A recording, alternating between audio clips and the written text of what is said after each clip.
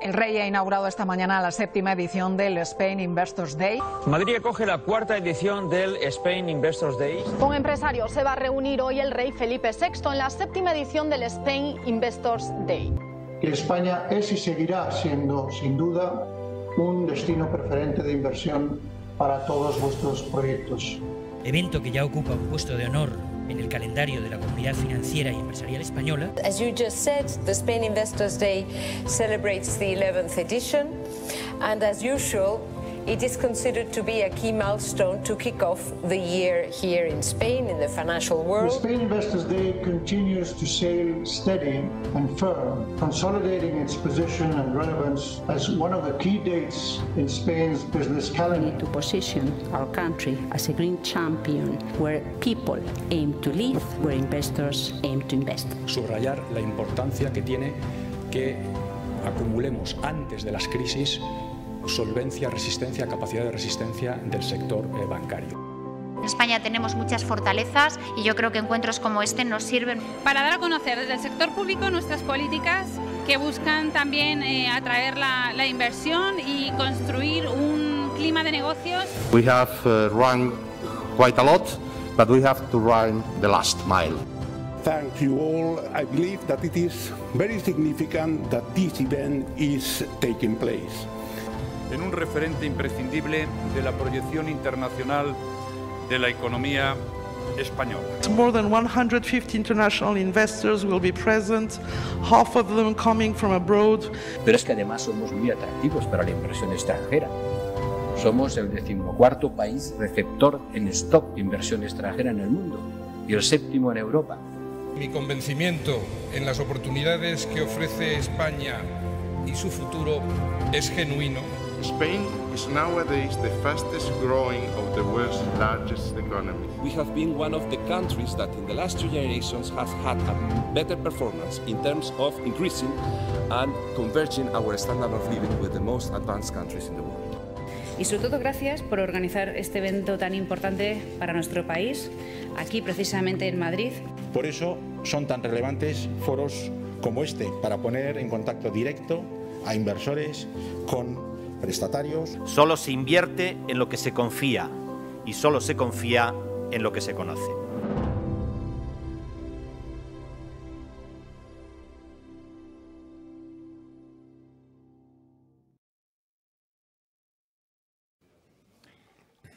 Buenos días a todos. Soy Fernando Ruiz, presidente de la Fundación Seres y de Deloitte. Y, en primer lugar, quería darles la bienvenida a esta mesa redonda sobre el valor de lo social. También quería agradecer, en primer lugar, a Estudio de Comunicación la oportunidad que nos ha dado a Deloitte de participar, de colaborar en la organización de este importante evento, de esta 12ª edición. Y también agradecerle, como presidente de la Fundación Seres, que nos haya dado la oportunidad de compartir esta mesa redonda sobre el valor social de las empresas. La verdad es que estamos viviendo una pandemia terrible en estos 2 últimos años, un suceso histórico. Hacía muchísimo tiempo que no se vivía algo parecido en el mundo y esta pandemia ha tenido unas consecuencias tremendas desde el punto de vista sanitario, pero también desde el punto de vista económico, porque si queremos luchar contra la pandemia y solucionarla, afectamos a la economía y viceversa. Si liberamos la movilidad, al final estamos afectando también en el elemento sanitario. Afortunadamente, desde hace un año contamos con las vacunas y esto nos está ayudando a superar la situación. Parece que vemos ya claramente la luz al final del túnel y que esta última oleada de Omicron que estamos viviendo será el estertor final, y ya hay cada vez más voces que apuntan en la línea de que la pandemia se acabará convirtiendo en una endemia y que se tratará como una gripe más y que superaremos estos momentos terribles que estamos viviendo. Esta situación nos ha sometido a todos, a todo el mundo, a toda la sociedad, a las empresas, a una presión enorme porque ha habido una demanda de toda la sociedad para que todo el mundo esté a la altura y dé lo mejor de sí mismo para superar los retos que se nos han planteado. Y las empresas en todo el mundo y en España efectivamente han estado a la altura, han ayudado todo lo que han podido. Son innumerables los ejemplos de aportaciones económicas y de transformaciones de cadenas de producción para fabricar respiradores respiradores, puesta a disposición del Gobierno de líneas de logísticas. Los ejemplos son innumerables. Pero lo cierto es que esta, digamos, demanda incipiente de la acción social por parte de las empresas, que era algo que ya se venía atisbando y que ha conocido en la pandemia un empujón enorme, ha llegado para quedarse. Y lo cierto es que ahora, por parte de la sociedad y por parte de los inversores, no se concibe que las empresas, además de tener unos objetivos de rentabilidad, de beneficio, no tengan también unos objetivos imbricados en su estrategia para la acción social. Este es precisamente el objetivo fundacional de la Fundación SERES. El conseguir que las empresas asuman como uno de sus misiones, como uno de sus objetivos fundamentales, la acción social. Y para eso estamos hoy aquí, porque los inversores cada vez juzgan más a las empresas no solo por la rentabilidad, no solo por el éxito en su estrategia, sino por el impacto que esa estrategia está teniendo en lo social. Y para hablar de todo ello y para hablar también de cómo se puede esto medir, contamos hoy en esta mesa redonda con 4 personalidades excepcionales. Está con nosotros José Bogas, CEO de Endesa, la principal compañía eléctrica de España. Está Gonzalo Cortázar, CEO de CaixaBank, el banco más grande del país. Está con nosotros Antonio Huertas, presidente de Mapfre, una de la compañía aseguradora mayor también de nuestro país y uno de los líderes mundiales. Y José Carlos García de Quevedo, presidente del Instituto de Crédito Oficial, la agencia de crédito del Estado, que ha sido uno de los elementos clave en la gestión de la pandemia porque ha canalizado la mayor parte de las ayudas que se han facilitado a la economía para superarla. Y sin más voy a empezar, gracias a todos por estar hoy aquí, y voy a empezar con Gonzalo, que dirige una entidad que se ha caracterizado desde su inicio con la Caixa y ahora CaixaBank por dar a la acción social una importancia determinante. La verdad es que la Caixa ha seguido teniendo un éxito enorme durante toda la crisis. No solo la ha superado, sino que ha hecho la mayor fusión bancaria que se ha producido en toda la historia de España, fusionando la antigua CaixaBank con Bankia. Le ha dado tiempo, además, en este año a ser elegida la mejor entidad de España por tres entidades independientes, 3 a la vez. Yo creo que es el primer caso en la historia que 3 entidades del prestigio de Banker, Euromoney o Global Finance deciden que la Caixa, que el mismo banco, es el mejor banco en el año. Y quería empezar preguntándote, Gonzalo, desde esa atalaya, ¿cómo ves el año 2022? ¿Cómo ves un elemento clave para todos los inversores, que es el despliegue de la inversión de los fondos de Next Generation, y qué impacto crees que pueden tener estos fondos precisamente en construir un modelo más sostenible? Muy bien, pues muchas gracias, Fernando.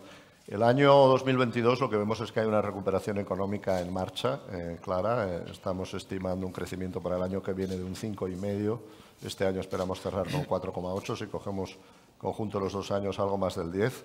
Cierto es que en el año 20 caímos evidentemente cerca del 11%, por tanto estamos viendo que al final del periodo de 3 años pues estamos todavía ligeramente por debajo de lo que era el nivel de actividad prepandemia.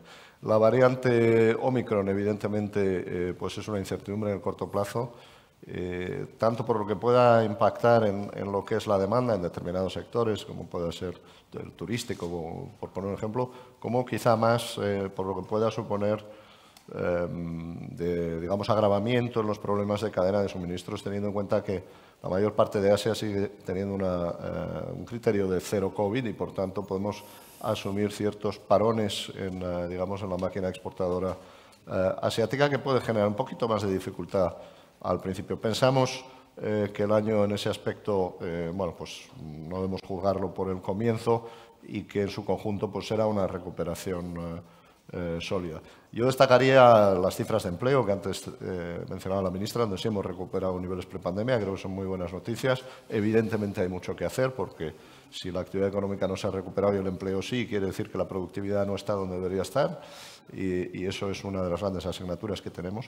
Pero las cifras son buenas. Otras cifras que nosotros manejamos, las de consumo a través de nuestras tarjetas, que evidentemente representan una parte muy importante de la población.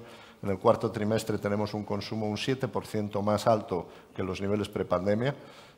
Por tanto, parece indicar que las cosas en la realidad están bastante mejor. En el cuarto trimestre también hemos conseguido que el consumo de tarjetas extranjeras, que es un próximo más cercano al turismo, empate los niveles prepandemia, cuando sabemos que evidentemente el turismo no ha recuperado todavía. Estamos viendo una serie de indicadores pues, micros, pero que podemos ver en gran masa, que son muy positivos. Tenemos la gran duda de la inflación, si es persistente o si es temporal. Nos vamos a ir a un año 2022 en que la inflación subyacente parece que va a estar sostenidamente por encima del 2%.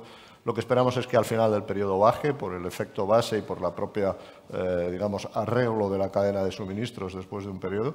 Pero evidentemente hemos visto que esa inflación está siendo cada vez algo más persistente y algo más elevada de lo que esperábamos hace unos meses. Y por tanto es un tema importante a vigilar. Y sobre los fondos europeos, van a actuar como un catalizador.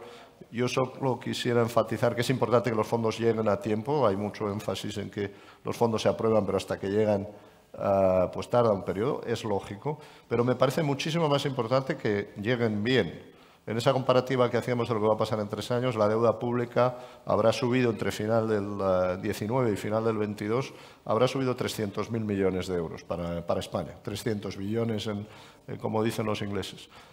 Van a llegar 70 billones. Es una gran ayuda, pero todavía tenemos un impacto muy importante en la pandemia. Vamos a recuperar el nivel de actividad económica, pero con 300.000 millones más de deuda. Por tanto, que esa inversión se haga de la manera más productiva posible, que acelere el crecimiento de la economía. Y para eso es consustancial que haya un efecto multiplicador, que a esos 70.000 millones se le una inversión privada y, naturalmente, financiación, sea de los mercados, sea financiación bancaria, de tal manera que consigamos un impacto mucho más que el directo de esos 70.000 millones, me parece clave. Por tanto, enfatizaría un impacto importante. Puede ser un poco más lento de lo que nos gustaría, pero es mucho más importante hacerlo bien que hacerlo rápidamente. Muchas gracias, Gonzalo. Antonio, vosotros en MAFRE siempre le habéis dado una importancia enorme a la acción social. De hecho, tú recientemente has escrito sobre el poder transformador del liderazgo responsable y en todos vuestros planes estratégicos incorporáis la necesidad de considerar el aspecto social en cada una de las acciones que acometéis. Pero ¿cómo creéis que esta sostenibilidad, el hacer esto de esta manera, es atractivo y en qué medida lo valoran los inversores? Gracias, Fernando. En primer lugar, me gustaría agradecer a Estudio de Comunicación y a todos los patrocinadores el que nos hayan dado la oportunidad de volver a sentarnos juntos y poder hablar y compartir experiencias y proyectos para explicar cómo vemos la situación actual. Referente a lo que comentas, a lo que preguntas, Fernando, efectivamente, ¿no? Para MAFRE es relativamente fácil, ¿no? Interiorizar la sostenibilidad, concepto que no usábamos hace unos años, pero que ahora obviamente está muy extendido, porque ya, y es emocionante, ¿no?, leer algún acta de la Junta General de MAFRE del año 1965, de la mutua antigua, donde ya se hablaba, ¿no?, de la necesidad de crear rentabilidad social, ¿no?, y no conformarnos solo con la rentabilidad financiera. Ya habíamos destruido a Milton Friedman antes de que él hiciera sus statements, ¿no? Eso es importante. Afortunadamente eso nos lo creemos y estamos convencidos. Es cierto que durante un tiempo muchas organizaciones, incluyendo la nuestra, quizás no ponía tanto peso en la actividad empresarial como motor y desarrollo de sostenibilidad, y lo hacía, o de cierta manera, si me permitís la expresión, lo externalizaba con fundaciones. Tenemos una fundación MAFRE, de la que estamos muy orgullosos y que es muy potente, ¿no? Pero no es eso, no es suficiente, ¿no? La sostenibilidad, en el concepto más amplio, ¿no?, de abarcar a todos los grupos de interés, de tratar de involucrarlos, atraerlos y convencerles de que realmente pues somos un grupo que se lo cree, pues no es fácil. Si a eso le añadimos la propia peculiaridad de una organización como la nuestra, que tiene operaciones de seguros, las principales en 30 países, de los cuales 20 son países en vías de desarrollo, pues nos encontramos con realidades muy diferentes que hacen muy difícil abordar con lenguaje europeo, con estándares europeos, con visión de los reguladores de acá esa necesidad de enfocar la sostenibilidad. Para el inversor es muy atractivo, lo hablamos y le convencemos. A mí me emocionó en uno de los primeros roadshows como presidente, un inversor francés, ante las dudas que podía suscitar que una fundación fuera accionista de una empresa como la nuestra, pues decía: a mí lo que más me enorgullece es poder acompañar a una empresa que tiene un accionista que precisamente tiene una fundación que se dedica exclusivamente a la función social y el desarrollo del entorno donde opera, ¿no? Por eso creo que eso fortalece mucho nuestra posición frente al inversor, pero no debemos pensar solo en inversor, y estamos hablando de inversores hoy día, debemos pensar en todos los grupos de interés, porque realmente eso es lo que debe dar valor el inversor. Si pensamos en el empleado, pensamos en el distribuidor, en el proveedor, pensamos en el cliente, pensamos en general en la gente de la sociedad que está ahí fuera, pues actuaremos más y mejor, ¿no? Siendo una empresa pues más inclusiva, una empresa más comprometida con la protección del medio ambiente, una empresa más preocupada, ¿no? por las diferencias sociales y por la necesidad de establecer relaciones justas, equitativas y ¿por qué no?,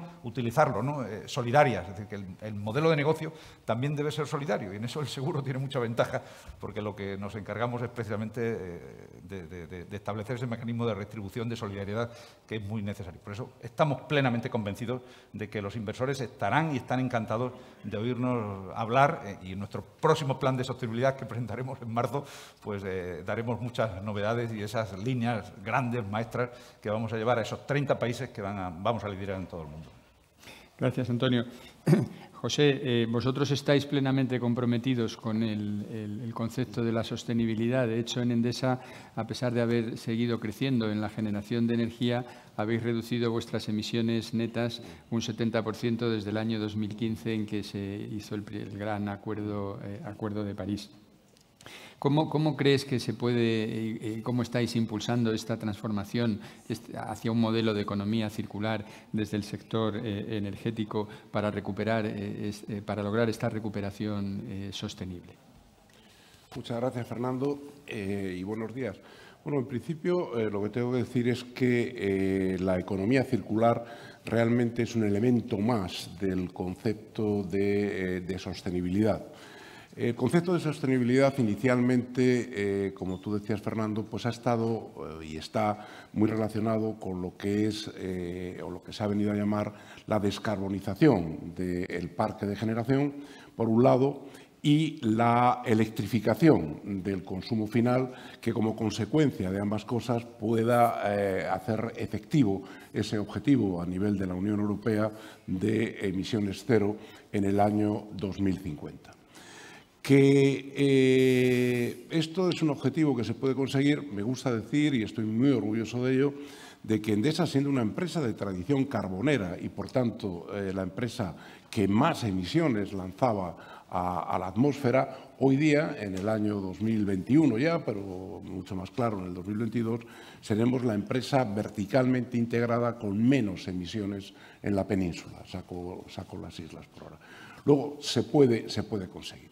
Pero más allá de este concepto de, como digo, acciones masivas para la descarbonización del mix de generación o para la electrificación del consumo final, hay todo un entorno alrededor de lo que es la sostenibilidad.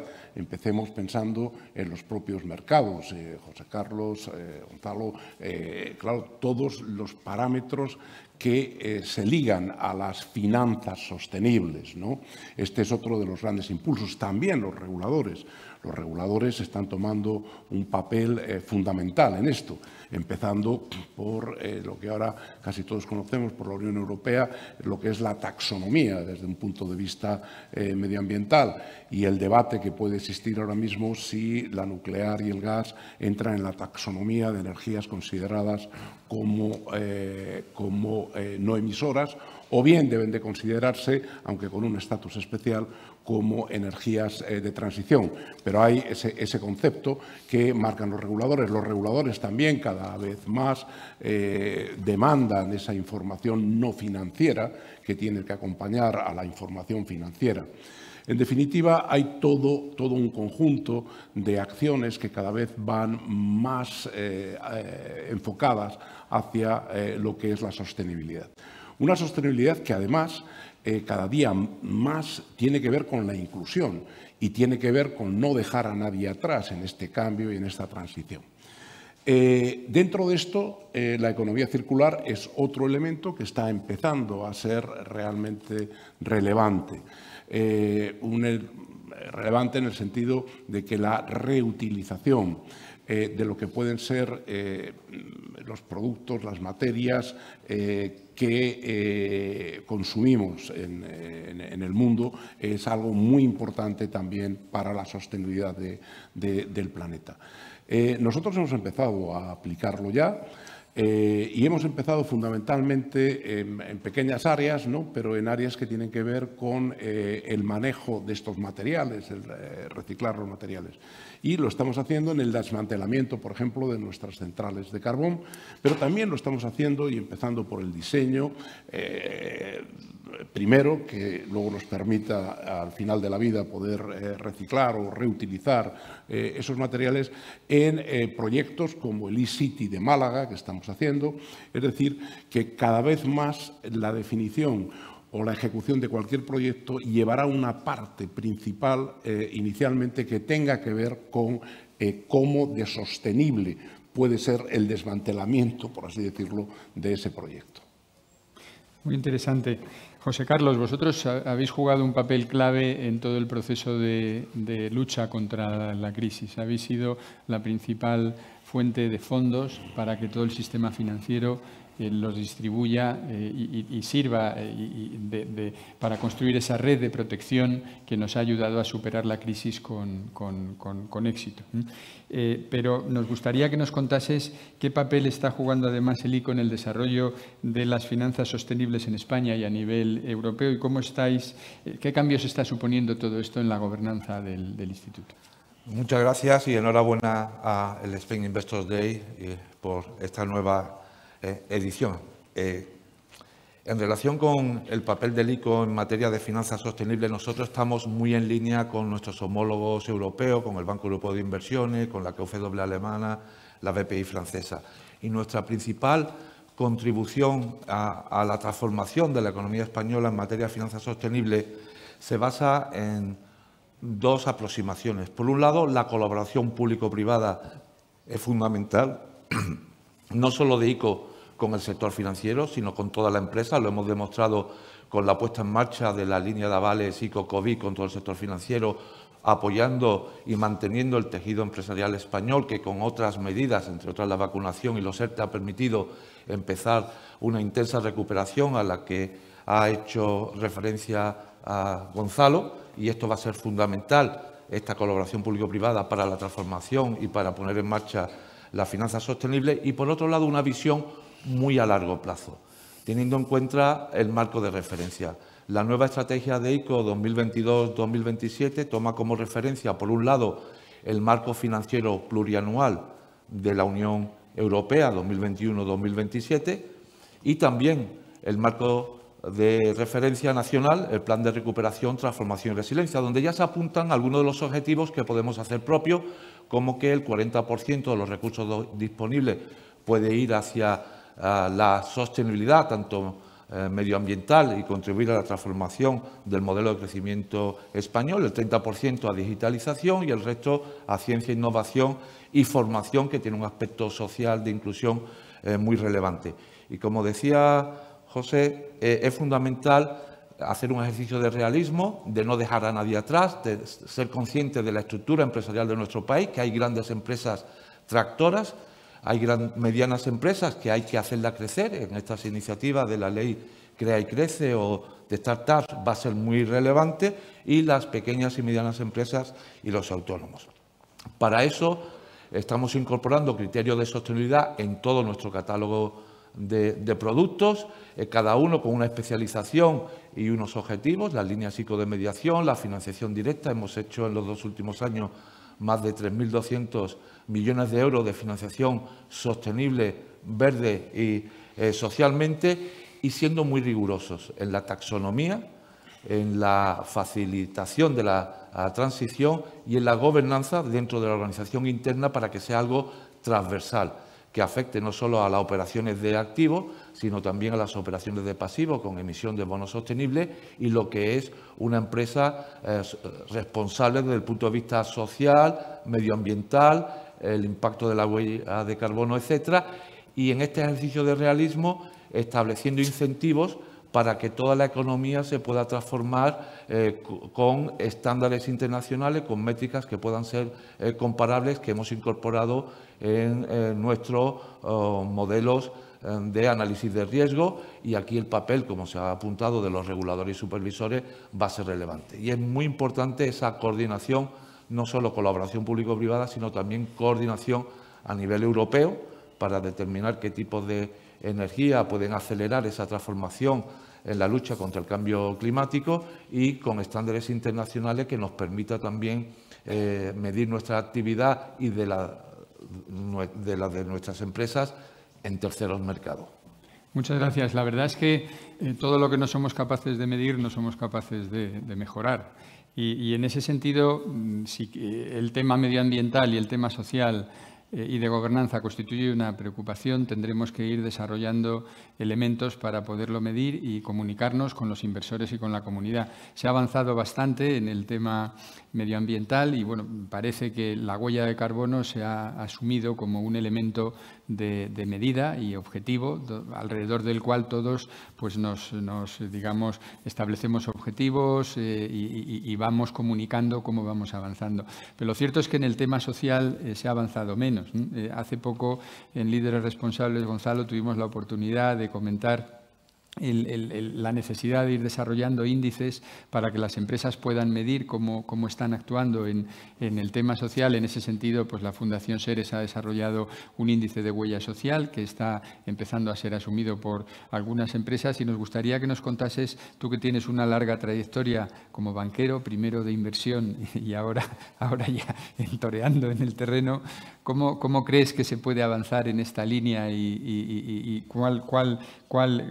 cómo valoras la importancia de tener estos elementos de medida? Bueno, como dices, si no podemos medir, es muy difícil gestionar algo. Y tenemos el problema de que la inversión históricamente se ha medido en base a beneficio y al retorno y al riesgo. Y eso puede optimizar las decisiones de inversiones en el terreno individual de las personas o de las empresas, pero vivimos en un mundo más amplio y si queremos optimizar esa inversión tenemos que mirar al conjunto y en el conjunto hay una serie de cosas que no están incluidas en los balances de las empresas, en las cuentas de resultados y menos en las personas. Bueno, el medio ambiente en el que vivimos, las emisiones, la atmósfera, eso no está incluido en ningún sitio, nadie lo tiene en el balance. Y evidentemente es parte de todos y por tanto cuando tomamos las decisiones de invertir no estamos midiendo una serie de cosas relevantes. La otra, como bien dice Fernando, es el impacto en la sociedad y el impacto en la sociedad evidentemente al final vuelve a ser un impacto importante en empresas, en familias, tanto a veces directamente como a veces indirectamente. Una sociedad más pobre, una sociedad más desigual o con mayores tensiones, pues evidentemente hace para la inversión en el sentido tradicional que los retornos sean mucho peores. Por tanto, tenemos que ser conscientes de que el modelo actual solo no vale, que tenemos que incorporar otra serie de cosas. Tradicionalmente las hemos incorporado a base de prohibir lo muy malo, porque el gobierno dice, oye, quien emita más de tanto esto le cierro la fábrica, o quien haga esto o aquello, o se prohíbe pues la subcontratación en países que explotan el trabajo infantil, en fin, cosas que evidentemente no se van a hacer. Pero creo que hay que medir un poquito más con una escala de no solo prohibir lo muy malo, sino poder incentivar lo muy bueno y, naturalmente, que lo que sea un poco menos bueno vaya gradualmente pasando a un poco más bueno. Para eso tenemos que medir el impacto. Tenemos que saber qué medir y tenemos que saber cómo medirlo. Son las famosas taxonomías y la verdad es que en este momento es un grandísimo avance pensar que esto ahora está sobre la mesa. Creo que de prácticamente todos los directivos de empresas, al menos en Europa, esto está sobre la mesa, es una de las grandes prioridades. Yo creo que es un paso muy grande, pero al mismo tiempo hay que pensar que de estar sobre la mesa a solucionarlo, es del dicho al hecho, pues hay muchísimo trabajo por delante. Y en términos de hechos, pues todavía se está haciendo poco. La contribución de la Fundación Seres en la medición de lo que es la huella social, es un ejemplo de lo que tenemos que hacer, ¿eh? Y hace unos años pues es que ni se nos ocurría pensar en estas cosas. Hay mucho camino que recorrer y yo creo que en el corto plazo lo que debemos hacer las empresas es ser conscientes de algunas cosas, ir publicando qué hacemos y el impacto en el empleo, que desde el punto de vista social a mí me parece lo más evidente, es decir, muchas de las cosas que hacemos generan puestos de trabajo indirectos. Bueno, vamos a empezar a gestionar eso. Eso se puede gestionar por terceros. Por ejemplo, la actividad que nosotros hacemos en Microbank, como desde su fundación, pues ha creado con informes de terceros pues más de 200.000 puestos de trabajo, financiando sin garantía pequeños emprendedores, mujeres, personas jóvenes, etcétera, que si no, no conseguirían desarrollar un negocio. Bueno, ese es el tipo de cuestiones que tenemos que avanzar y tenemos que avanzar muy rápidamente. Si no medimos, si no publicamos y al final, evidentemente, tenemos que acordar un lenguaje común, no vamos a conseguir pasar del dicho al hecho. Y eso, desde luego, es el mensaje más importante. Gracias, Gonzalo. Antonio, tú recientemente en un artículo exponías las 10 preguntas sobre criterios ESG que cualquier empresa y líder debería hacerse. ¿Cómo ha cambiado, en tu opinión, la visión desde la empresa de lo social y a qué retos crees que se enfrenta la empresa en términos organizacionales para atraer inversores en este nuevo entorno? Sí. Usualmente hemos defendido en las organizaciones, ¿no?, ocuparnos de lo importante y no tanto de lo urgente, ¿no? Sin embargo, la pandemia nos ha puesto en evidencia de que había que atender lo urgente tanto más que lo importante. Lo importante lo vemos siempre como el trabajo a medio y largo plazo y lo urgente son las necesidades inmediatas. Éramos conscientes de que teníamos muchas debilidades sociales, estructurales, incluso en nuestra visión, ¿no?, sobre esos países en vías de desarrollo, éramos conscientes de las debilidades de los modelos sociales de protección, ¿no?, que se han puesto ya en evidencia extrema con esta situación de crisis sanitaria.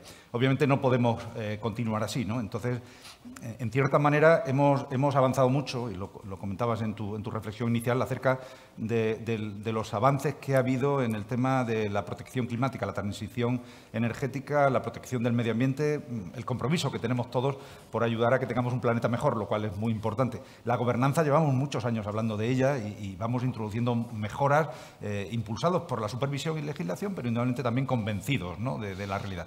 Pero en lo social, para empezar, usualmente hablamos del concepto greenwashing, pero no hablamos del social washing. Y realmente yo creo que hay mucho más social washing que greenwashing. El charity anglosajón está muy bien, pero no es suficiente, ¿no? Lo hablaba antes. Las fundaciones, el hacer como que estamos ayudando socialmente. No, la empresa tiene que actuar y tiene que actuar ayudando a los demás. Si no tenemos entornos sociales realmente desarrollados, con salarios dignos, con relaciones equilibradas con los proveedores, con actuaciones relevantes que ayuden al desarrollo de las comunidades que viven y que van a ser nuestros clientes, nuestros trabajadores y, ¿por qué no?, en el futuro nuestros accionistas, no estaremos haciéndolo bien. Por eso tiene que evolucionar, ¿no? En nuestro plan de sostenibilidad, que como anunciaba, pues lo presentaremos pronto, vamos a poner mucho más énfasis en todos los entornos de las pymes y los autónomos que se relacionan con las grandes empresas, porque para nosotros es muy fácil y lo podemos hacer si tenemos el compromiso y la visión, pero la mayor parte del tejido empresarial en todos los países del mundo son esas pequeñas empresas que o no lo tienen, no lo ven y lo necesitan tanto más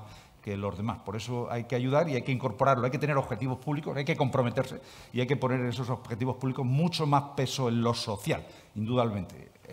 La protección climática es necesaria, pero insisto, en lo social, la inclusión, la igualdad, la integración, todo eso es muy, muy relevante y sobre todo ayudar a que las personas más humildes puedan ayudar a desempeñarse, a encontrar un empleo formal, digno y a poder además ayudar al crecimiento de las economías.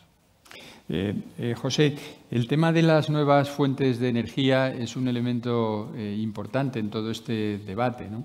No solo porque nos pueden permitir luchar contra las emisiones para emitir menos, sino porque además van a ayudar a contribuir a construir esta economía circular y por tanto es un elemento vital para la sociedad. Lógicamente los inversores están mirando con mucho interés todos los temas del hidrógeno. ¿Qué nos puedes contar sobre esto? ¿Cómo estáis enfocando vosotros todo este tema del hidrógeno, las nuevas tecnologías de producción de energía con bajas emisiones? Bueno, efectivamente, primero el concepto de la transición energética es un concepto que siempre nos enfocamos a lo que es el parque de generación o el mix de generación. Es un concepto que va mucho más allá, que tiene que ver con muchas otras cosas, que tiene que ver también con la digitalización, que tiene que ver, como decía antes, con la electrificación de la demanda final, y que esa descarbonización, esa electrificación de la demanda final y esa digitalización es lo que va a dar lugar, lo que está dando lugar ya a lo que es hemos venido a llamar la transición y lo que es la transformación tremenda de lo que es el sector eléctrico. Pero dicho esto, me preguntas por elementos quizá de innovación que se deben introducir. Qué duda cabe que, refiriéndome a lo que es el parque de generación, al mix de generación, la decisión es la de reducir las fuentes contaminantes e incrementar lo que son las energías renovables. Esa es la decisión en esa parte. Fijaros, por hacer un apunte, que siempre se piensa en el sector eléctrico como el mayor contaminante.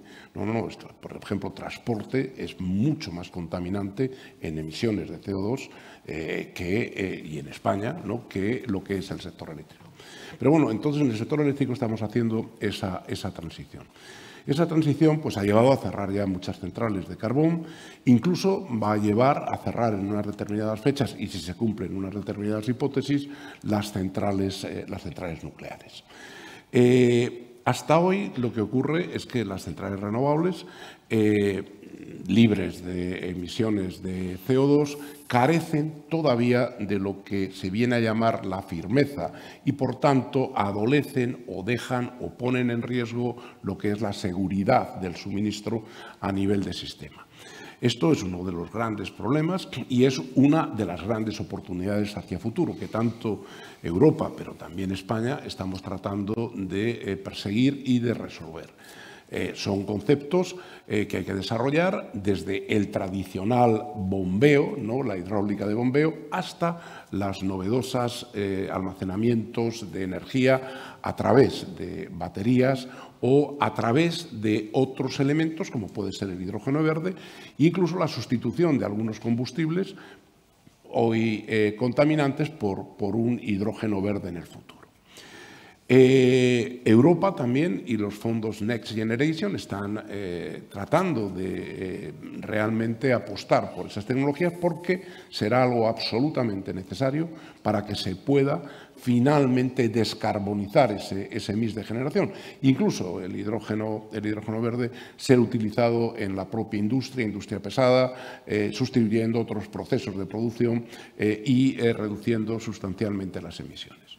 Dicho esto, hay, por ejemplo, España ha lanzado un plan de hidrógeno verde, que aspira a unos 4.000 megavatios de electrolizadores en el año 2030, que es una cifra razonable. Europa aspira a unos 40 gigavatios, o sea, es un 10%, que es básicamente, si queréis, el peso un poco de España en esta Europa. Pero hay un detalle que no se nos debe pasar por alto. Básicamente, ese plan lo que viene a decir es que hasta el año 2024-2025 se van a hacer entre 300 y 600 megavatios y el resto de los megavatios se van a hacer en la segunda parte de esta década. ¿Eso qué idea nos da? Pues la idea que nos da es que estas tecnologías, incluso las baterías, que creo en ellas, y el hidrógeno, creo en ellos, pero tienen, si me permitís decirlo así, un presente incierto y un futuro prometedor.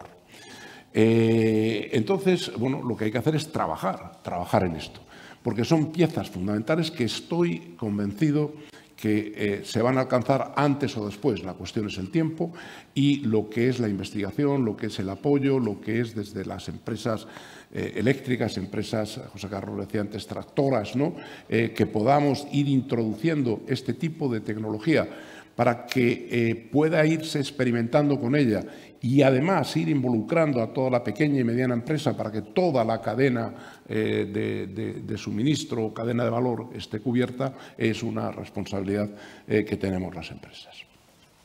José Carlos, vosotros habéis sido pioneros Sois la cuarta entidad financiera española en la emisión de bonos verdes. Sois la primera entidad financiera que hizo una emisión de bonos sociales y estáis siendo clave en la generación de un mercado de bonos sociales, bonos verdes en España y en Europa. ¿Nos podías contar cómo estáis llevando a cabo esta acción? Dentro de la transversalidad de la sostenibilidad social, medioambiental, activo-pasivo, ICO siempre ha sido un emisor de bonos sociales, más recientemente de bonos verdes. Bonos social también emitimos durante el año 2020, en plena pandemia, para mitigar el impacto económico y social. Y a lo largo de los últimos años hemos llegado a hacer 11 emisiones por más de 5.500 millones de euros, que tiene entre los inversores una gran capacidad de movilización de recursos, que calculamos en un múltiplo de 4 o 5. Estaríamos hablando de 20.000 a 25.000 millones de euros en proyectos sostenibles. ¿Qué aprecian nuestros inversores a la hora de que ICO emita bonos sostenibles? En primer lugar, nuestra rigurosidad y transparencia en relación en qué tipo de proyectos vamos a concretar esos recursos y cómo medimos el impacto social y el impacto medioambiental de esos proyectos, en estos pipelines. Y esto lo hacemos a través de un marco, un framework de bono social, un framework de bono verde que está publicado en la web, que es transparente, donde nos comprometemos a la inversión en este tipo de proyectos. Publicamos la memoria de información no financiera con los estándares GRI, que también es muy apreciado, y nuestro enfoque multilateral, es decir, en esta taxonomía pues nos seguimos con el International Capital Market Associations y vamos elaborando catálogo de productos vinculados a sostenibilidad. Algunos recientemente, con alguna empresa aquí sentada, pues es público, para contribuir a acelerar la inversión en energía sostenible. Nuestra medición de impacto nos permite estimar en unos 400.000 empleos en el ámbito social equivalente y en la reducción de emisiones de CO2, pues casi en 600.000 toneladas de CO2. Y además también aprecia nuestro compromiso con los fondos Next Generation y el marco financiero plurianual y ser vertebrador del plan de recuperación, transformación y resiliencia en la vertiente financiera. Nosotros, con cierta anticipación, nos fuimos posicionando y acreditando como implementing partner de la Unión Europea, de los fondos de la Unión Europea. Lo somos y ya hemos tenido durante el año 2021 y seguimos teniendo en 2022 gran capacidad de movilización de recursos, de subvenciones a fondo perdido de fondos europeos para proyectos sostenibles de empresas españolas tractoras que se invierten en España en materia de hidrógeno verde para el transporte metropolitano de Barcelona, en materia de electrolinera para movilidad sostenible, anticipando también algunas de las inversiones del PERTE, de vehículos eléctricos y conectados, o en el gas, que hemos hablado antes, de una energía que va a facilitar la transición. Pues hay sectores como el sector de transporte marítimo, donde el retrofitting de buques, de cambio de combustibles fósiles sólidos a gas, pues tiene un impacto muy favorable en lo que es la acidez de la oceánica o las emisiones de CO2. También con nuestros homólogos europeos participamos en la Joint Initiative for Circular Economy o la Clean Ocean Initiative. Nuestro foco es siempre España, Europa y Latinoamérica, aunque tampoco descartamos otras partes del mundo, y cuando estamos en países en desarrollo de proyectos de empresas españolas sostenibles, pues nos guiamos también con este enfoque multilateral por los Objetivos de Desarrollo Sostenible de Naciones Unidas y los principios de Ecuador. Aproximadamente el 15-20% de la actividad financiera que llevamos a cabo en Latinoamérica en proyectos son sostenibles y conforme a los principios de Ecuador, entre otros elementos. Y esto es lo que aprecian nuestros inversores en bonos sostenibles, estas capacidades. Gracias, José Carlos. Bueno, vamos llegando al final. La verdad es que hoy está claro que el éxito empresarial, el éxito de la empresa está ligado también a su éxito en su acción social, en su acción medioambiental. La empresa se ha convertido en nuestra sociedad en un elemento clave para conseguir competitividad, para generar riqueza y generar valor social. de manera que contribuya a crear cada vez más una sociedad más justa y que no deje a nadie atrás. En este entorno, el reto de la medición, de cómo influye la empresa en todos estos factores, es un reto que tenemos delante, es un reto en el que se ha avanzado más en medir el aspecto medioambiental que el aspecto social, pero como ha señalado Antonio, la medición del aspecto social va a ser crítica en el próximo futuro, porque va a ser un aspecto que van a tener en cuenta cada vez más todos los inversores. Y nada más, espero que les haya resultado interesante esta mesa y me gustaría concluir agradeciendo a los ponentes su participación, José, Gonzalo, Antonio y José Carlos, el que hayan estado hoy aquí con nosotros y nuevamente a Estudio de Comunicación y a Spain Investors Day la organización del acto y el habernos dado la oportunidad de estar aquí. Muchas gracias.